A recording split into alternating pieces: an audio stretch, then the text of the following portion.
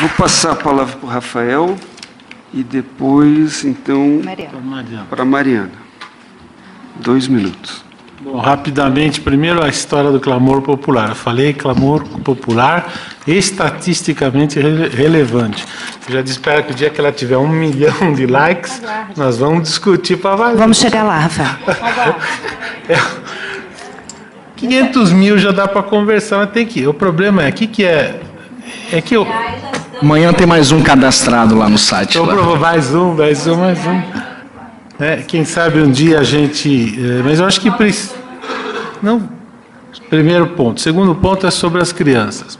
Eu ainda, na minha visão, a visão com que tem sido tratado a criança aqui não corresponde mais à realidade.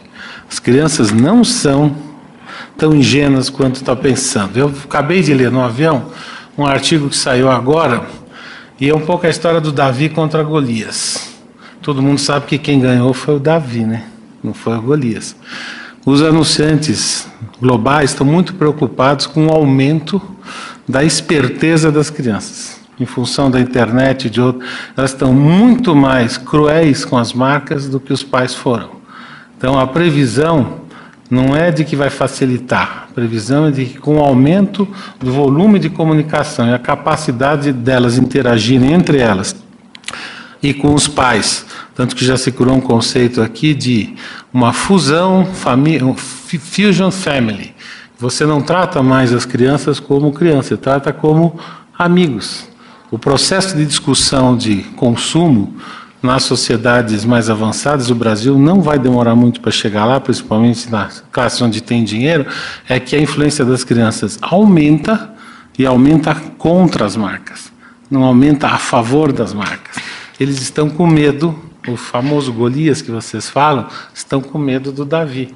A discussão é como falar com a criança, na linguagem da criança e com um nível de honestidade, de clareza, de transparência, como não foi feito no passado.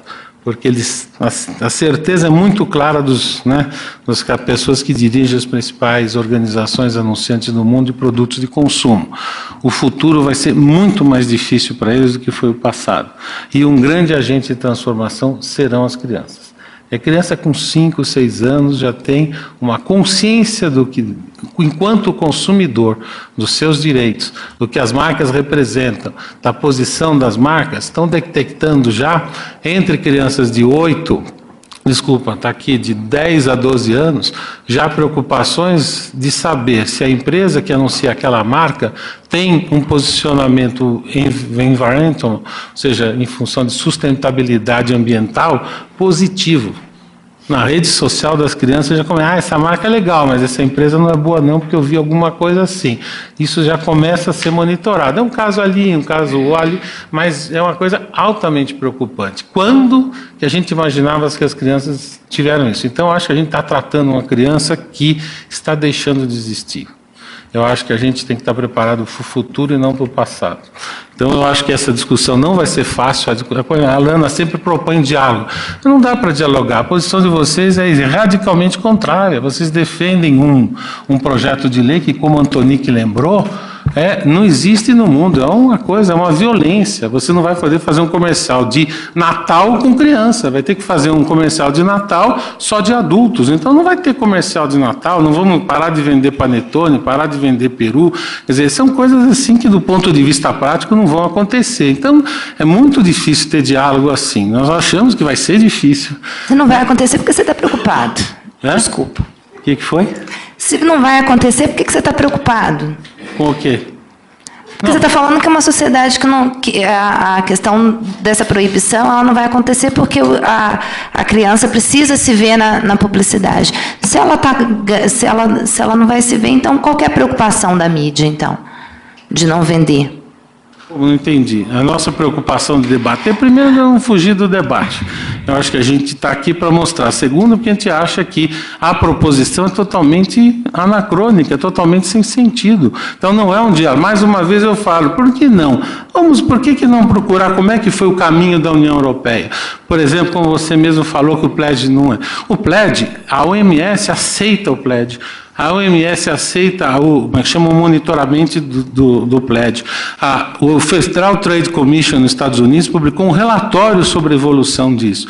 Então, e a mesma coisa que se faz lá está sendo feita aqui. Então, quando você fala que o plédio não mudou nada, sumiu o dinheiro da televisão, o pouco que tinha na área de programa infantil. Então, nós estamos falando você está falando enquanto uma professora, não é nem a Universidade de Brasília oficialmente que fez isso e que propõe isso.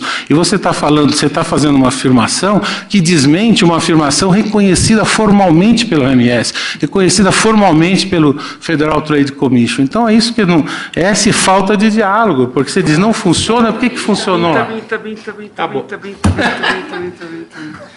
Tá, muito obrigado, Rafael. Por favor, 2 minutos, Mariana, para concluir. Depois eu chamo já desde logo o nosso querido Aurélio, Procurador Federal de Direito do Cidadão, para dizer as últimas palavras e a grande convocação ao diálogo e a abertura da casa para um grande fórum de debate em torno do tema. Por favor, Aurélio, com a palavra a Mariana.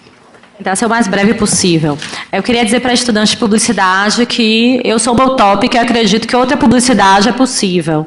Então, acho que é bom a gente caminhar, talvez conhecer gente nova, para trazer novas formas mais éticas, mais limpas, mais de acordo com a contemporaneidade que empresas, consumidores, cidadãos precisam em a sociedade. Então, convoco a vocês que estão aí começando a tomar as rédeas desse processo. Quero agradecer muito ao Procurador Domingos e dizer que estou muito feliz hoje. Eu saí do último seminário muito triste, porque o colega Rafael não pôde ouvir minha palestra, não pôde ouvir minhas provocações.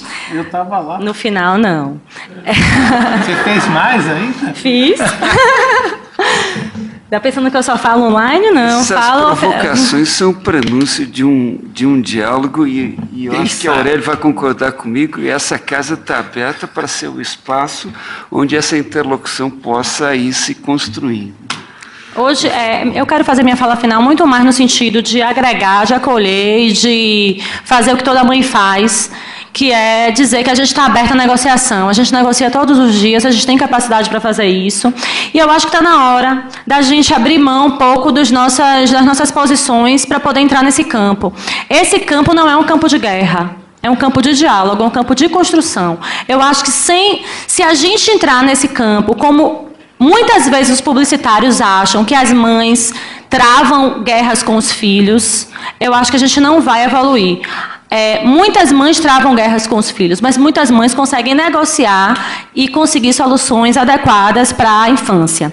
Em relação ao suicídio que a publicidade, então, está promovendo contra ela mesma, já que as crianças estão mais conscientes. Então, mais um motivo, desta vez com base nos lucros, no azul da empresa, para a gente ter um pouco mais de cuidado. Talvez a gente possa te ajudar. A gente possa ajudar vocês a fazer programas mais adequados, publicidade mais limpa, se vocês nos ouvirem, entendeu? Se vocês nos ouvirem que certas publicidades não cabem numa família.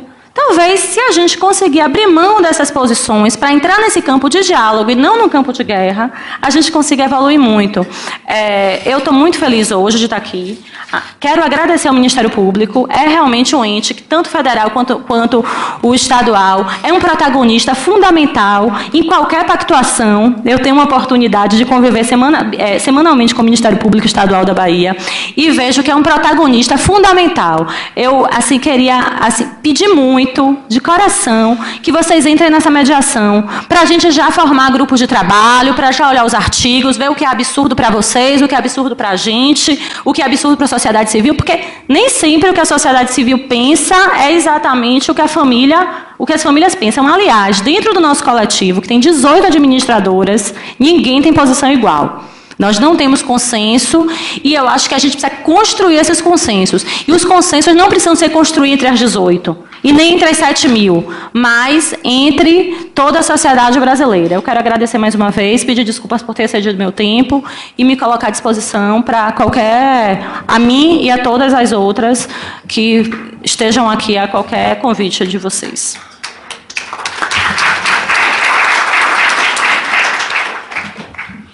Bom, gente, eu queria agradecer mais uma vez a presença de todas que estão aqui, né, a presença dessa mesa absolutamente democrática, com representantes da academia em vários setores, da indústria, né, que produz, dos anunciantes, né, da ABERT, né, do coletivo, né, Infância Livre de Consumo. Talvez pudesse pensar depois que tipo de consumo, para não ficar também uma coisa tão...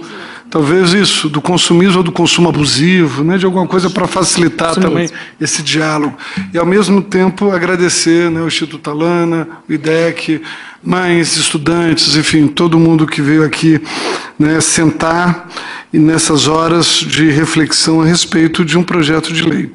Queria só lembrar a todos o seguinte, que a disposição para mediação, Mariana, do Ministério Público sempre haverá, desde que haja também uma boa vontade das partes em que a gente possa chegar a esse entendimento. Da nossa parte, o que pudermos fazer para uma concertação positiva e chegarmos juntos com o menor número de dissidência ou de notas dissonantes, no Congresso, melhor. Isso ajuda a tramitação e facilita o acordo de lideranças, uma vez que o Congresso Nacional também representa a sociedade, que está evidentemente dividida a respeito disso.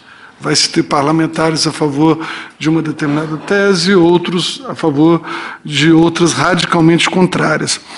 Eu costumo comparar o Congresso Nacional a uma máquina de moer carne. Nada que entra sai do mesmo jeito. Então, nenhum projeto de lei entra no Congresso, com raras e honrosas exceções, como o Código Brasileiro de Defesa do Consumidor, que foi feito numa época muito específica, o resto demanda negociação. Então, se a sociedade não for capaz de fazer isso, ou nós não conseguirmos isso, essa negociação ela necessariamente ocorrerá no Congresso. O Congresso é feito para isso. O Congresso é feito para pacificar conflitos. E lá estão representantes dos mais diferentes partidos, das mais diferentes ideologias, representantes de bancos, da indústria, de trabalhadores, de sindicatos, de representantes de mães e pais, do pessoal da área de saúde, de educação. Então, essa é uma das funções principais do Congresso Nacional. É claro que essa carne moída, que sai depois do moedor, né, é uma mistura de tudo. Nem sempre poderá ou deverá prevalecer uma posição mais extrema quanto uma proibição ampla e geral e restrita, como muito provavelmente também não vai prevalecer uma postura mais extrema de que os anunciantes podem, né, divulgar tudo o que desejam, na intensidade que quiserem, a respeito dessa audiência específica que estamos falando agora, que são as crianças e adolescentes. Muito provavelmente, caminhos intermediários serão criados, provocados e estimulados pelas próprias lideranças, tanto do governo e da oposição, interessados na construção desse acerto. Por isso, eu acho muito importante que a gente tenha tido essa oportunidade aqui de reunir, né, no Ministério Público Federal, através da Procuradoria Federal dos Direitos Cidadãos, com esse trabalho impressionante que tem sido feito pelo nosso grupo de trabalho de comunicação social. Estão aqui 4 grandes representantes, Domingos Sávio, Márcia, Bosco, Marcos Vinícius, e a gente poder pensar isso junto, pensar junto com a sociedade civil, com o Instituto Alana, com o IDEC, com a academia, com pessoas que têm escrito coisas importantes a respeito desse assunto, com o coletivo que possa também pensar isso no aspecto das mães, né, o que as famílias acham disso, com os anunciantes, que são parte importantíssima desse processo, porque eles intermediam a indústria, e a indústria, né, também tem as suas próprias demandas, e a publicidade não é só uma coisa absolutamente permitida, mas ela é uma coisa que funciona, em geral, muito bem.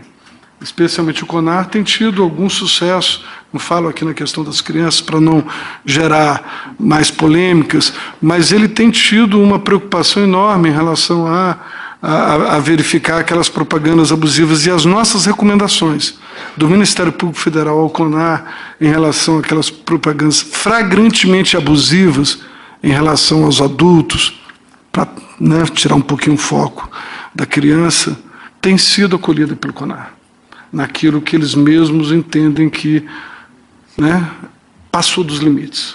Houve uma medida que, um tipo de intervenção né, midiático que não foi bom para a sociedade, ou às vezes foi preconceituosa, às vezes foi racista, ou às vezes ela foi excludente, às vezes ela cria comportamentos que são inadequados, e ao mesmo tempo ela gera renda, ela gera, não é, a possibilidade, né, de você até, uma das formas de você medir o crescimento do país é isso, ver como é que anda o mercado de publicidade, ver como é que andam os anunciantes e ver como é que esse mercado tem crescido. E, de nossa parte, nós temos também esse compromisso de que não criar nenhuma restrição para que a indústria e o mercado possam funcionar, desde que com regras, desde que com métodos e desde que com limites éticos bem postos. Isso para qualquer coisa. Isso serve para o médico, isso serve para um professor, isso serve também para a publicidade. Então, eu queria fazer esse apelo final, né, para o diálogo. Eu sei que é difícil, eu sei que há posições contrastantes, mas eu não vejo outra opção. Se nós não conseguirmos tentar acertar os nossos ponteiros, essa mediação necessariamente ocorrerá via Congresso Nacional e depois pelo poder de veto que a presidenta tem em relação às situações mais extremas, e que ela faz, e faz devidamente. Quando há enfim, dispositivos que destoam muito de um processo de concertação, nós vimos isso no Código Florestal, na discussão disso, em que a presidenta Dilma fez alguns vetos que eram importantes. Não fez todos que nós desejávamos. Nós queríamos que ela fosse mais forte na tesoura do que foi. Mas foi importante naquilo que ela fez para se pensar um outro modelo. Então, faço esse apoio pelo diálogo. Mais uma vez, né, agradeço a presença de todas e de todos aqui, né, e espero que a gente se veja daqui a pouco num novo ambiente e no que precisarem da Procuradoria Federal de Direitos Cidadãos, seja na tentativa de intermediar, né, todas as partes aqui envolvidas, ou seja, para um canal de interlocução com o Congresso, podem contar conosco. Muito obrigado.